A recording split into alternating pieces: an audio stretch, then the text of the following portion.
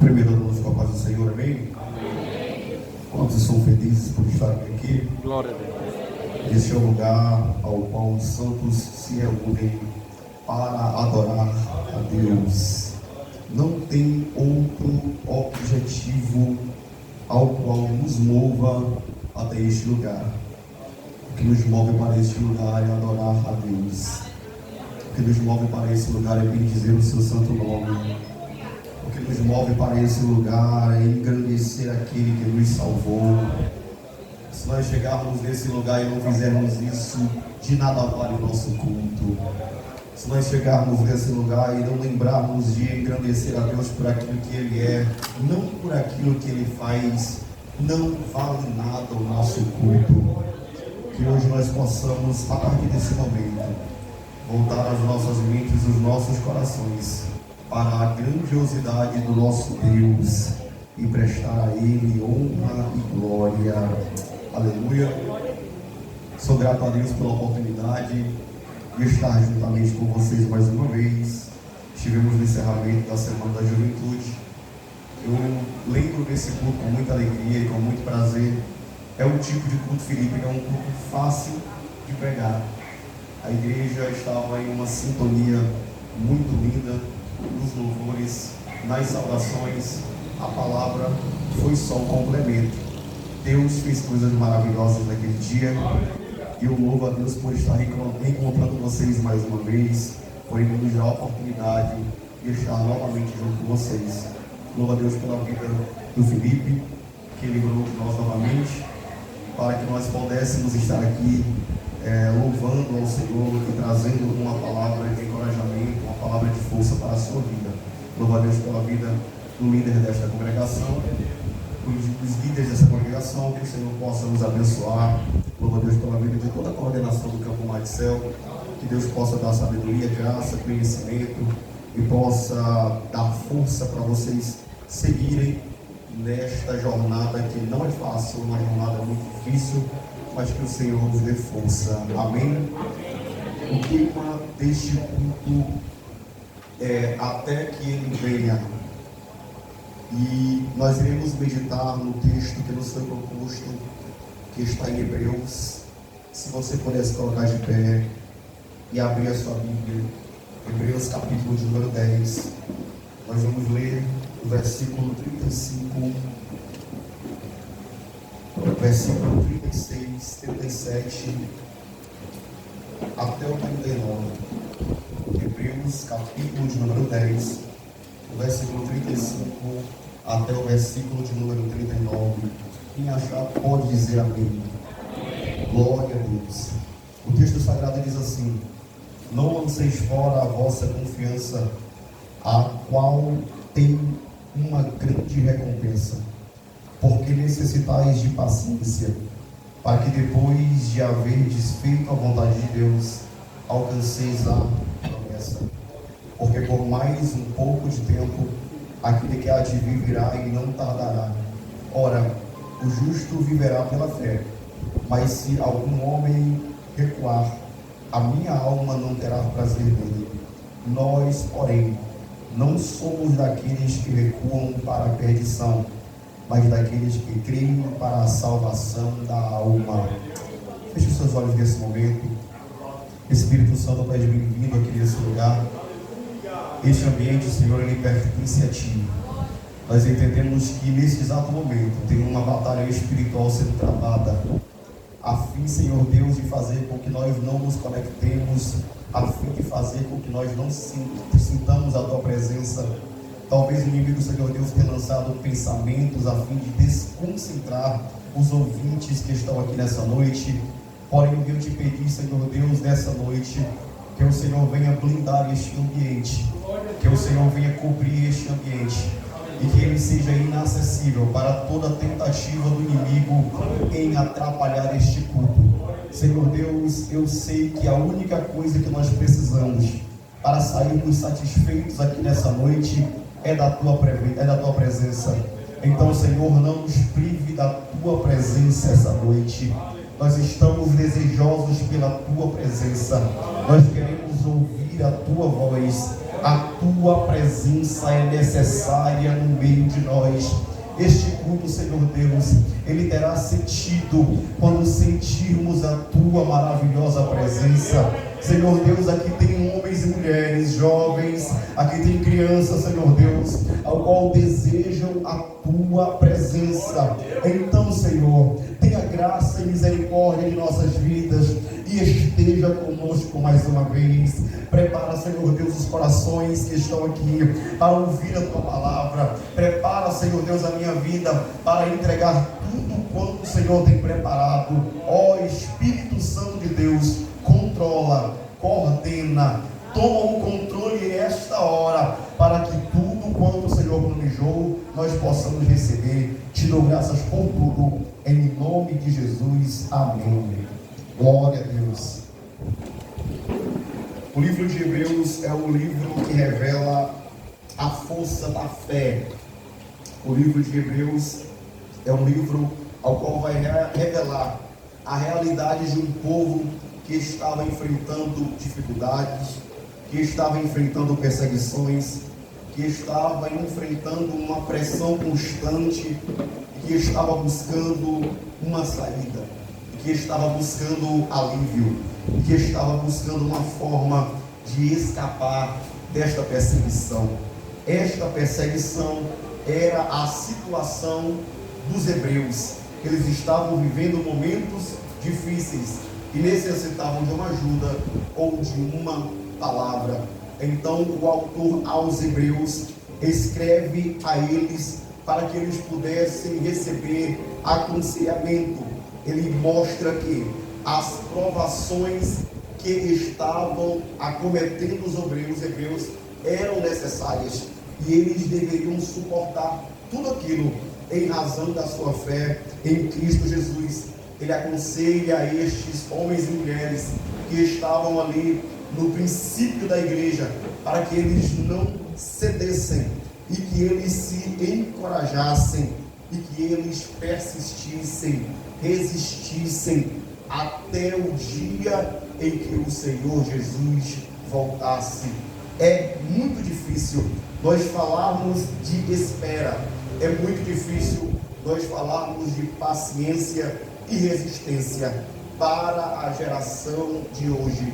Talvez nós tenhamos hoje a geração mais ansiosa da história da humanidade. É uma geração que não sabe esperar. Então, como dizer para essa geração? Resista até que ele venha. Tenha paciência até que ele venha. Como dizer para esta geração que esta geração deve esperar? Como devemos dizer para esta geração que esta geração deve se encorajar a fim de enfrentar as dificuldades que estão por vir, a fim de enfrentar perseguições, a fim de enfrentar dor, a fim de enfrentar percas, sem se desencorajar, persistindo e esperando naquele que nos salvou, naquele que nos redimiu.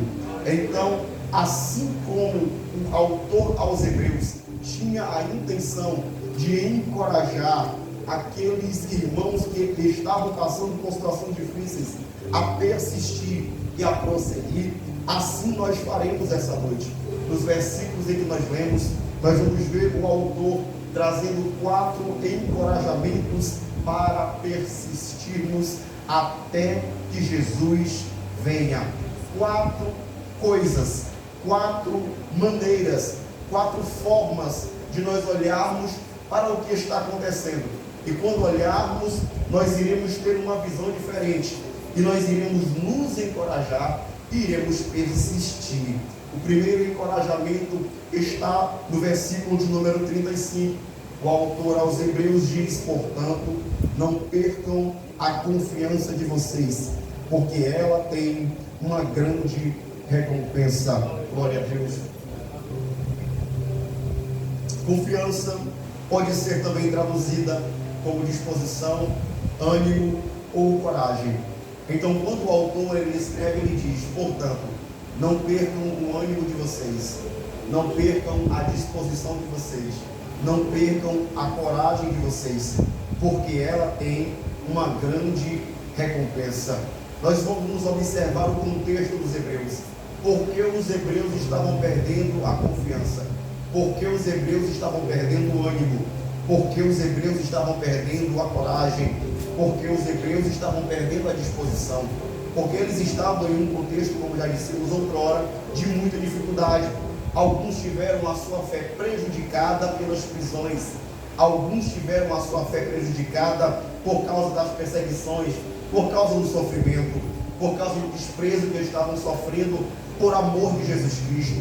Alguns estavam tendo a sua fé enfraquecida porque estavam perdendo bens, coisas que lutaram a vida inteira para conquistar, e de uma hora para outra estavam perdendo os seus bens. Alguns estavam tendo a sua fé enfraquecida porque estavam sofrendo insultos, porque estavam sendo presos.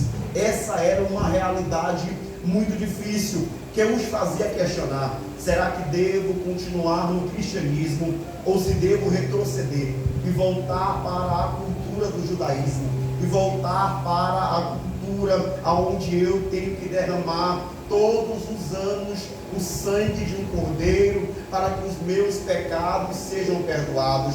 Eles começaram a questionar se valeria a pena viver, se valeria a pena sofrer por amor deste evangelho. Então o autor diz: não percam o ânimo, nem percam a esperança, porque existe uma recompensa. O primeiro encorajamento é recompensa. O primeiro encorajamento para este povo é a recompensa. E este encorajamento também serve para as nossas vidas, porque hoje nós não vivemos a realidade dos hebreus. Hoje nós não sofremos, ou pelo menos na realidade da igreja brasileira, nós não padecemos com prisões, não padecemos com uma perseguição violenta, não padecemos com uma perseguição que tire os nossos bens ou que tire a nossa vida. Porém, eu creio que a igreja, ela vive hoje uma coisa muito pesada, que desanima a igreja. Grande parte do desânimo da igreja hoje é causado ou tem por consequência o homem interior, ou o homem natural. Nós temos uma natureza pecaminosa, e esta natureza é responsável por boa parte do desânimo que assola a igreja. Nós carregamos um homem natural, e este homem natural, o homem carnal, é um homem pesado, e ele não é nosso amigo, ele é o nosso inimigo. Nós deveríamos combater este homem natural, ou este homem carnal, para que nós não caiamos no desânimo, para que nós não caiamos nas perseguições, ou na falta de disposição, ou na falta de coragem. Ao contrário de outros fardos, o homem que nós carregamos, o homem natural, o homem carnal, ele é um homem que traz um prejuízo enorme para as nossas vidas. Se nós devemos nos encorajar, porque nós temos uma recompensa. O homem natural, ou o homem carnal, que existe, que pesa em cada um de nós, é aquele que é responsável por nós para que nós possamos perder esta recompensa. Nós precisamos olhar para a nossa vida e desejar nestes últimos tempos, antes da vinda do Senhor Jesus Cristo, fortalecer o homem espiritual. Por quê, Felipe? Porque o homem carnal, ele vai influenciar aqueles que estão sujeitos a ele, a paixões mundanas, a desejos mundanos, a apetites e impulsos da carne, e não a desejar o Espírito Santo de Deus. A geração do meu tempo, ou a geração do arrebatamento, eu creio que esta é a geração do arrebatamento. Ela precisa estar atenta, ela precisa estar ligada a não alimentar ou a não dar crescimento para o homem carnal ou para o homem natural. Infelizmente, muitos de nós estamos desapercebidos nessa batalha, e nesta batalha nós não conseguimos mais olhar para a recompensa, que não é desta terra. A recompensa, ela é do céu, mas o homem natural ou o homem carnal cega os nossos olhos para a recompensa espiritual. Ele nos faz correr, Ele nos faz nos esforçarmos para uma recompensa que é dessa terra, para uma recompensa terrena. E muitos estão abrindo os seus corações para este homem carnal e estão se perdendo da dimensão espiritual e estão se perdendo do sentido espiritual. Então hoje o Senhor, Ele traz uma mensagem sobre as nossas vidas. Até que Ele venha, nós devemos estar vigilantes e não devemos alimentar ou proporcionar crescimento para o homem carnal. O homem carnal faz você perder a recompensa. Alimentar desejos da carne faz você perder a recompensa. Alimentar desejos imundos, pensamentos imundos, praticar coisas imundas faz você perder a recompensa. Quando você está alimentando o seu homem carnal, o seu homem natural, a sua vida se enche de imundícia e você passa a perder o ânimo pela presença do Senhor, e você passa a perder a disposição pela presença do Senhor, e você passa a perder a coragem de se entregar verdadeiramente na presença do Senhor, porque você é desconectado, porque você é afastado por conta do homem carnal que está preenchendo a tua vida, que está preenchendo o seu coração. E o Senhor nessa noite está tendo misericórdia de você, porque Ele sabe que na situação em que você está, você não alcançará recompensa. Pode estar vindo para a igreja, pode estar participando dos cultos, pode estar vestido bonitinho, falando bonitinho, cantando bonitinho, pregando bonitinho, mas se quando Jesus olha para você, Ele vê o homem carnal, ao invés da imagem e semelhança dele, ao invés de ver o Filho dele, Cristo Jesus, na sua vida, acredite, você não alcançará recompensa. Mas existe uma palavra para você essa noite. Tenha disposição, tenha ânimo e tenha coragem para resistir ao homem carnal. Tenha disposição, tenha ânimo e tenha coragem para resistir à carne, para resistir às perseguições do inimigo. O inimigo hoje não nos persegue com a espada, mas ele nos persegue com tentações. Ele nos persegue oferecendo a nós manjares ao qual aos nossos olhos parecem ser bom, mas que trazem destruição para as nossas vidas.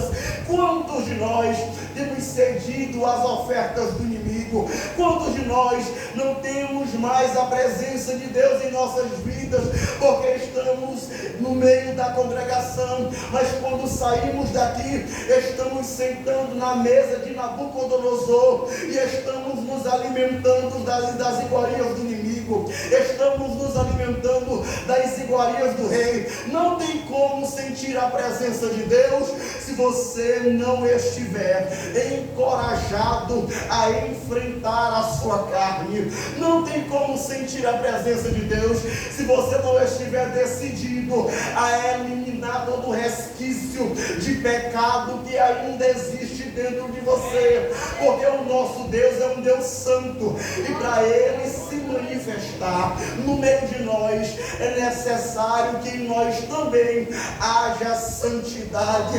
O Espírito Santo de Deus está aqui, Ele vê a tua necessidade, Ele sabe o tamanho da tua força, mas o Senhor, Ele entende também que muitos que estão neste lugar talvez não buscam esta força, não buscam este fortalecimento, antes se entregam às suas paixões constantemente, sem nem questionar a Deus, sem nem pedir a Deus ajuda. E o Senhor hoje traz um sinal para a sua igreja nessa noite. O Senhor mostra para esta igreja nessa noite: não haverá recompensa para todos aqueles que não enfrentarem o homem carnal com disposição, ânimo e coragem. Todos aqueles que decidirem enfrentar o homem natural receberão a recompensa. E que recompensa é essa, Felipe? A recompensa é a vida eterna. A recompensa é viver eternamente com Deus. A recompensa é participar de uma mesa maravilhosa nos céus que vai do Oriente até o Ocidente, e nesta mesa Deus será o garçom e irá nos servir a cada um. A recompensa é contemplar a face do nosso Senhor, andar em ruas que são de ouro e de cristal, contemplar grandes coisas que o Senhor está fazendo no céu. A recompensa para aqueles que resistirem ao homem carnal, com ânimo, força, com coragem, aqueles que buscam a Deus verdadeiramente, terão essa recompensa. Mas também existe um outro lado: aqueles que não buscarem resistir ao homem carnal, com ânimo, disposição e coragem, estes receberão uma outra recompensa. A Bíblia diz que o salário do pecado é a morte. E esta morte não é uma morte somente física, mas também é uma morte espiritual. Mas o dom gratuito de Deus é a vida eterna. Busquemos a recompensa de Deus. E o primeiro passo é nos colocarmos em uma posição que nós tenhamos disposição, ânimo e coragem para enfrentar o homem carnal.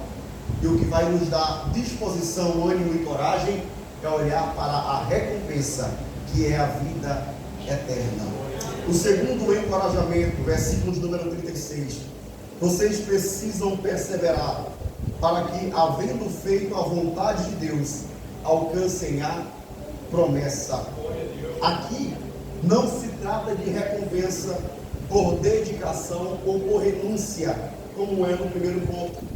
Esta promessa que é descrita no versículo de número 36 vai falar de um cumprimento de algo que as pessoas que estão descritas ou que estão dentro dessas características irão receber.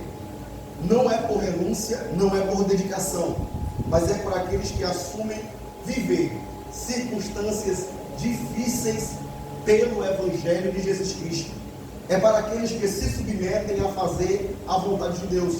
Vocês precisam perseverar para que, havendo feito a vontade de Deus, alcancem a promessa. A promessa do versículo 36 é para aqueles que fazem a vontade de Deus. É para aqueles que se submetem a circunstâncias difíceis na hora de servir a Cristo. A vontade de Deus, ela tem muitas facetas, ela tem muitas faces. Na situação dos hebreus, tratava-se de principalmente se entregar a Jesus de uma forma ao qual Jesus entrasse na vida deles e preenchesse tudo, e não permitisse com que eles se desviassem, e não permitisse com que eles retrocedessem. E eles deviam se colocar em uma posição ao qual, por mais difíceis que fossem as circunstâncias, eles deveriam permanecer. Por quê? Porque esta era a vontade de Deus, que eles passassem por aqueles momentos difíceis sem retroceder, sem voltar atrás. Então, ele está lançando uma mensagem para pessoas que estão fazendo a vontade de Deus, mas mesmo assim não encontram facilidade em suas vidas. São pessoas que estão vivendo nos caminhos do Senhor, mas estão sofrendo, padecendo, estão praticando o bem, mas mesmo assim não conseguem obter vitória, não conseguem obter alívio nas suas dores. O nosso autor aos Hebreus, ele mostra para estes irmãos que nós, apesar das circunstâncias difíceis, devemos perseverar e devemos continuar fazendo a vontade de Deus, não abrir mão da vontade de Deus, para que nós possamos alcançar a promessa. 1 Pedro capítulo de número 3, versículo 17 diz: se for da vontade de Deus, é melhor que vocês sofram por praticarem o bem, do que por praticarem o mal. Afinal, ao que nos apegamos de forma inabalável, que é a palavra de Deus, ao que nos apegamos à fidelidade com Deus, por mais que os momentos estejam difíceis, se estivermos apegados a palavra de Deus, se estivermos apegados à fidelidade, se estivermos apegados com Deus, em tempos de aflição, fazendo a vontade de Deus, nós demonstraremos a autenticidade da nossa fé. E para estes, Deus está dizendo, tem uma promessa, porque é muito difícil nos dias de hoje as pessoas permanecerem servindo a Deus em momentos difíceis. Geralmente as pessoas vêm para a igreja quando recebem uma bênção, ou vêm para a igreja para receber uma bênção, para receber uma palavra de ânimo. Mas se essa bênção não vier, ou depois que essa bênção vier, é natural que algumas pessoas que não têm a sua fé verdadeiramente fundamentada em Cristo saiam da igreja. Porém, o nosso autor aos Hebreus escreve que existe uma classe de crentes que irão sofrer até que o Senhor venha, que irão padecer até que o Senhor venha, que irão continuar em ciclo de sofrimento. Porém, esses crentes, eles irão resistir. Porém, esses crentes, eles permanecerão fiéis. Eu não sei se essa é a tua realidade. Talvez você olhe para a sua vida e diz, quando eu não era crente, era melhor a minha vida. Eu não sofria tanto como eu sofro depois que eu me converti. Existe uma palavra de Deus para a sua vida. Resista, persista e faça a vontade de Deus, porque existe uma promessa de uma herança para você. Romanos capítulo de número 8 e versículo de número 17 diz assim: e se somos filhos, somos também herdeiros, herdeiros de Deus e co-herdeiros com Cristo. Se permanecermos na vontade de Deus, permaneceremos em Cristo. Estando em Cristo, nós herdaremos junto com Ele todas as coisas que Cristo herdou. Existem coisas maravilhosas para a vida da igreja, mas é necessário que nós possamos guardar a palavra de Deus em nossos corações e cumprir a sua vontade. Você tem buscado cumprir a vontade de Deus na sua vida. A vontade de Deus é que você diga não para as propostas do mundo. A vontade de Deus é que você não ceda para as propostas do inimigo. A vontade de Deus é que você saia desta vida de superficialidade e passe-o a buscar em espírito e em verdade.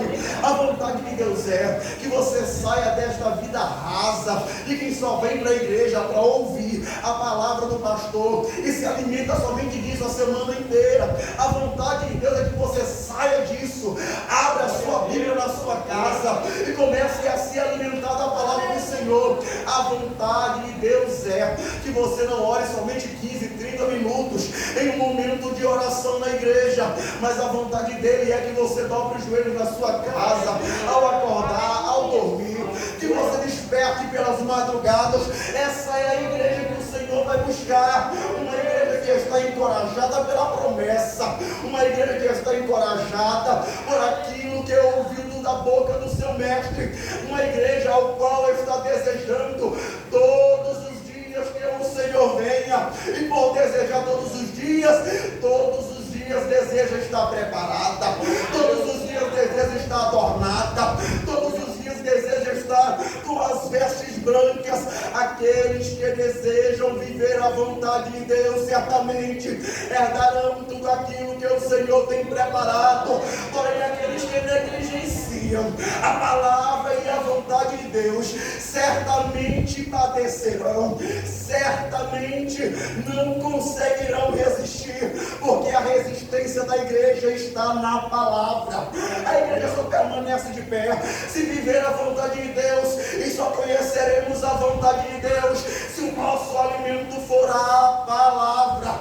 Uma igreja forte, uma igreja de pé, uma igreja conhecedora da palavra, e o Senhor está falando desta noite, sem profundidade na palavra, vocês não conseguirão ir muito longe. Sem profundidade na palavra, você pode cantar até que ele venha, mas não conseguirá resistir até que ele venha. Sem profundidade na palavra, você pode dizer: Maranata, hora vem, Senhor Jesus, mas se ele realmente voltar, você não subirá, porque a sua vida não está pautada na palavra. Você nem conhece a vontade de Deus. Mas hoje o Senhor ele traz um alerta para a sua igreja. O Senhor traz um alerta para o seu povo: vivam a minha vontade, desejem a minha vontade, procurem saber, conhecer o que eu desejo para a vida de vocês. E quando isto acontecer, vocês não viverão para si mesmos, vocês não se deleitarão mais em coisas ao qual não pertencem a mim. Mas quando conhecerem a minha vontade, eu lhes apresentarei a minha presença.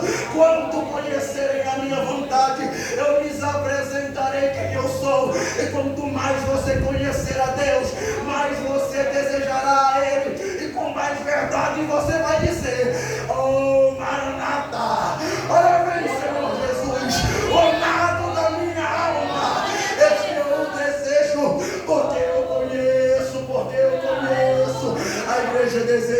a igreja deseja conhecer aquele ao qual a elegeu, ao qual a redimiu, ao qual a selou e ao qual fez uma promessa de que um dia iria voltar para a buscar. Façamos a vontade de Deus, porque aqueles que fazem a vontade de Deus herdarão uma promessa. O terceiro encorajamento que o autor dos Hebreus dá para a igreja é o encorajamento da esperança. Versículo de número 37 diz: porém, ainda dentro de pouco tempo, aquele que há de vir virá, e não tardará. Talvez naquela realidade é possível que a ausência de ajuda tenha gerado ou tenha agravado a aflição dos irmãos hebreus. E alguém talvez perguntou: por quanto tempo teremos que suportar? Ainda quanto tempo haveremos de resistir? A igreja verdadeira, ela sofre. A igreja verdadeira, ela padece. Todos os dias, quando abrimos a televisão e vemos pai matando filho, filho matando pai, se você tem um Espírito de Deus e você é uma igreja verdadeira, você padece, você sofre, você olha para isso e diz: Senhor, como é possível? Infelizmente, muitos de nós temos perdido a sensibilidade espiritual, e por vermos tantas vezes isso acontecendo, já parece que se tornou normal você abrir uma televisão ou pegar o seu celular e acompanhar uma notícia dessa. Quando você olha para os acontecimentos do mundo, parece que está tudo normal. Teu coração não te aflige mais? Se isto estiver acontecendo com você, procure neste momento fazer uma reflexão, procure neste momento buscar fortalecer a sua fé, pois uma igreja ao qual está passando pelas situações em que nós estamos passando, cotidianamente se pergunta: até quando eu terei que resistir? Até quando, Senhor, eu terei que suportar este mundo imundo? Até quando, Senhor, eu terei que suportar estas aflições, que suportar isso que está acontecendo neste mundo? Senhor, volta logo, eu te desejo. Aleluia. Aquelas pessoas estavam vivendo este dilema, estavam passando por perseguições, por prisões, por lutas, por dor, por dificuldade, e elas se questionavam: até quando nós iremos viver isso? O autor responde: olha, vocês devem ter calma, porque dentro de pouco tempo, aquele que há de vir, oh glória, aquele que há de vir virá, e ele não tardará. Eu conheço as dificuldades de vocês, eu conheço os dilemas de vocês, eu conheço as dores de vocês, mas aquele que há de vir virá e não tardará. Glórias. Pedro, ele fala algo assim acerca deste tempo, ao qual nós não sabemos compreender, ao qual nós não sabemos entender. Nós olhamos para o tempo que se passa e nós questionamos. Parece que Jesus está tardando, parece que Jesus está demorando. Por que é que Jesus não volta logo? Em 2 Pedro, capítulo número 3, versículos número 8, Pedro diz: mas amados, não ignoreis uma coisa, que um dia para o Senhor é como 1000 anos, e 1000 anos para o Senhor é como um dia. Pedro mostra que nós não temos a capacidade de entender o tempo. Nós não conseguimos compreender direito o tempo em que nós vivemos. O que dirá a eternidade? Pedro ensina a igreja aqui a ter maturidade sobre o tempo, a ter maturidade espiritual sobre o tempo de Deus, porque nós não conseguimos explicar o nosso tempo, porque que nós queremos entender a realidade, a eternidade. Nós não conseguimos explicar simplesmente as horas que de repente em algum dia parece que passam mais rápido. Porque é que nós vamos querer explicar a eternidade? Nós somos como crianças que estamos sendo direcionadas por Deus sem entender o tempo. Eu tomei esta definição para mim no dia em que eu levei a minha filha para a praia. Nós saímos de casa, durante alguns dias ela teve a sua expectativa alimentada. Eu disse: minha filha, próxima semana nós vamos para a praia. Ela passou a semana inteira dizendo: papai, é hoje que nós vamos para a praia? Eu disse: não, é somente no sábado. Na terça, na quarta, na quinta, ela vinha e perguntava: papai, é hoje que nós vamos para a praia? Eu dizia: não, minha filha, é somente no sábado. Quando chegou no sábado, nós entramos dentro do carro e saímos de viagem. Quando nós passamos a primeira rotatória em direção a Altos, ela disse: papai, nós já chegamos na praia? Eu disse: não, minha filha, a gente ainda está a caminho da praia. E constantemente ela vinha perguntando. Eu disse para ela: meu amor, eu vou lhe explicar. Nós saímos de casa e nós vamos demorar cerca de 4 horas para nós chegarmos até a praia. Tudo bem? Aí ela: tá bom, papai. 30 minutos depois, ela perguntava para mim: papai, nós já chegamos na praia? E eu percebi que ela não entendia o tempo. Eu estava no controle. Eu já disse que nós iríamos chegar. A garantia de que nós iríamos chegar eu já tinha dado a ela. Mas ela insistia em perguntar, porque ela não entendia o tempo da viagem. E a mesma coisa acontece conosco. Nós não entendemos o tempo da viagem. O Senhor já garantiu que nós vamos chegar lá. O Senhor já disse que existe um tempo ao qual já está marcado na agenda de Deus. É nesse tempo que Ele vai voltar. Mas nós estamos ansiosos, nós queremos que Ele volte logo, e às vezes algumas coisas bagunçam a nossa mente. Entenda, você é um passageiro, mas quem está no controle é Deus. Você não vai conseguir entender o tempo da viagem, mas o Senhor já garantiu que a sua igreja amada chegará lá. Aleluia! Mas será que Jesus está demorando? Mas será que Jesus está tardando? Pedro também trata disso no versículo 9 do capítulo 3 da sua segunda carta. Ele diz na parte B que Deus, Ele não tarda, ou a vinda de Jesus não é tardia, mas Ele está sendo longânimo para convosco, para querendo que alguns não se percam, senão que todos venham a arrepender-se. Ou seja, Deus não se atrasa, não é atraso, é longanimidade. Glória a Deus. Deus está sendo longânimo para que muitos não se percam. Deus está te dando tempo para você se arrepender. Deus está te dando tempo para você aperfeiçoar a tua vida espiritual. Deus está te dando tempo para que você possa orar mais. Deus está te dando tempo para que você possa ler mais a Bíblia. Deus está te dando tempo para que você possa buscar mais a Deus. Porque Ele sabe que se talvez Ele voltasse agora, você não subiria, você iria se perder. Mas Deus não se atrasa. Antes disso, Ele é longânimo para que você não se perca. Ele é longânimo para que você estenda a sua mão para Ele e peça ajuda e diga: socorro, Deus, a minha vida não está alinhada, não está enquadrada. buscar mais, mas venha me ajudar a me debruçar mais da tua palavra. Eu preciso de ti.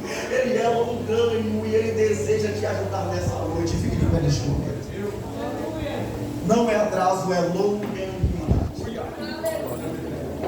O quarto encorajamento é a benevolência. Versículo 38 diz: mas o justo viverá pela fé, e se retroceder, dele a minha alma não se agradará. Que fé é essa? Em que se baseia esta fé? A fé em Cristo Jesus, no sacrifício vicário do Senhor. Jesus estava na cruz, e é Ele que me salva. O que me salva não são dogmas de igreja. O que me salva não é simplesmente eu vestir uma roupa bonita. O que me salva não são as minhas obras. Muitos perderão a sua salvação, por estarem embasando ela em sua justiça ou na justiça própria. Olham para si e dizem: eu sou santo. Estes certamente não encontrarão a benevolência de Deus. Mas aqueles que tiverem fé, estes terão vida, pois o justo viverá pela fé. O justo é justificado pelo sacrifício de Cristo na cruz do Calvário. É essa fé que me justifica diante de Deus, porque Ele assumiu diante de todos a minha culpa e rasgou a dívida para que eu não fosse mais condenado por ela. Alcançamos a bondade de Deus quando nós verdadeiramente cremos nesse sacrifício. Porém, a Bíblia diz que Deus, ou que a alma de Deus não se agrada daquele que retroceder. E o que significa retroceder? Retroceder é recair, é simplesmente virar as costas para Deus. Deus nos chamou como um exército. Deus nos chamou como um povo preparado. Deus chamou pessoas aqui, e existem pessoas aqui com promessas. Deus chamou pessoas aqui, e existem pessoas aqui com um chamado. E Deus, Ele diz para você nessa noite: não retroceda. Talvez você está pensando em virar as costas para a promessa. Talvez você está pensando em virar as costas para o chamado. Porém, o Senhor hoje Ele diz: não é tempo de recuar, é tempo de avançar. O Senhor, Ele olha para você hoje que talvez por causa de uma crítica Ele está dizendo: não vou fazer mais. Talvez por causa de uma crítica Ele está dizendo: não vou mais persistir, não vou mais resistir, vou abandonar o meu chamado, vou abandonar a promessa. Se você abandonar o chamado e a promessa, você estará abandonando a Deus, e Deus não se agradará disso. E o Senhor está olhando para você hoje, está tendo misericórdia e graça da sua vida, e Ele está dizendo: meu filho, não vire as costas para mim, não vire as costas para o meu chamado, não vire as costas para a minha promessa. Quanto pior ficar, mais a igreja verdadeira vai avançar. Quanto pior fica, mais eu e você avançamos. Não tenha medo, não retroceda, persevere, resista até que o Senhor venha. Esteja olhando para a promessa, não vire as costas para a promessa, olhe para ela até que o Senhor venha. Não vire as costas para o teu chamado, não abandone o teu chamado, abrace o teu chamado até que o Senhor venha. Não vire as costas para o teu talento, não abandone o teu talento, e abrace esse talento, para que quando o Senhor venha, você possa apresentar para Ele não dois, mas vários talentos multiplicados, para que o Senhor não te chame de um servo infiel, porque Ele não se agrada daqueles que viram as costas para o chamado e o projeto dEle. E o Senhor, Ele está falando conosco aqui nessa noite. Eu quero encerrar esta mensagem fazendo uma oração por você. Você pode permanecer no seu lugar, você pode ficar onde você está, mas eu quero que você guarde nessa noite essas palavras que nós deixamos para você aqui. Talvez você tenha passado por momentos difíceis, Mas não se esqueça que existe uma promessa. E essa promessa é de vida eterna para você. Não troque, não abra mão da fidelidade para com Deus, para simplesmente se deleitar em algo passageiro. A igreja que o Senhor vem buscar é uma igreja fiel. É uma igreja que olha para a promessa e permanece fiel. É uma igreja que acredita na promessa de que Ele vem para buscar esta igreja. Muitos não se alegram mais em ouvir falar que Jesus vem. O coração da igreja, quando ouve que o noivo está às portas, deve exalar alegria, deve se alegrar. Aqueles que não sabem ou não entendem esta realidade não esboçam reação nenhuma. Mas aqueles que entendem o quão profundo é o mistério da volta de Jesus, todos os dias vivem essa realidade. Eu não espero a volta de Jesus para viver como se Jesus fosse voltar. Eu vivo como se Jesus fosse voltar todos os dias. Todos os dias devemos acordar e dizer: Senhor, hoje eu vou te esperar. Se tu voltares hoje, eu estarei preparado. Todos os dias, quando levantarmos da nossa cama, devemos levantar e dizer: Senhor, se tu voltares agora, eu estarei preparado. Quando estivermos comendo, antes de comer, agradecemos a Deus e dizer: Senhor, se durante esta refeição tu voltares, eu estarei preparado. Esta é a igreja que o Senhor procura. Uma igreja preparada. Uma igreja que não para de marchar. Uma igreja que não abandona o chamado e que não esquece das promessas. Feche seus olhos nessa noite. Senhor Deus, nós estamos aqui. Ouvimos a tua palavra. Senhor, eu sei que a tua vontade é soberana. E tu tem direcionado este culto desde o início. Eu sei que a tua palavra ela não volta vazia. E eu quero, Senhor Deus, que o Senhor venha nesse momento procurar corações aqui nessa noite. Corações, Senhor Deus, que estejam dispostos a fazer a tua vontade. E eu venho te pedir que o Senhor venha marcar estes corações com a tua presença. E eu venho te pedir, Senhor Deus, que nessa noite o Senhor venha marcar estes corações com o teu toque. Senhor Deus, aqueles que estão sensíveis à tua voz, eu venho te pedir que o Senhor venha marcar estes corações nesse momento e que eles possam sentir, Senhor Deus, em meio a tantas turbulências, ouvir o som maravilhoso da tua voz. Ó Espírito Santo de Deus, a tua igreja, ela é uma igreja ao qual se destaca, Senhor Deus, no meio desta terra. Ó Espírito Santo, que em nós haja brilho, que em nós, Senhor Deus, haja luz, que em nós, Senhor Deus, haja sabor, que em nós, Senhor Deus, haja um tempero do céu. Ó Espírito Santo, que em nós haja vida, e que em nós o mundo enxergue esta vida, que em nós, Senhor Deus, o mundo enxergue esta luz, que em nós, Senhor Deus, o mundo enxergue este brilho. Espírito Santo de Deus, não afasta, Senhor, de nós a tua presença, pois a tua presença, Senhor Deus, é o que garante este brilho diferente, pois a tua presença é o que garante esta luz sobre as nossas vidas, pois a tua presença, Senhor Deus, é o que faz-nos diferente diante deste mundo. Prepara a tua igreja, Senhor, prepara no cotidiano, Senhor, prepara durante a rotina, para que eles venham te buscar e estejam, Senhor Deus, atentos para o soar da trombeta. Perseveraremos até que o Senhor venha. Este é o desejo do nosso coração e nós te agradecemos por tudo, em nome de Jesus. Amém. Glória a Deus.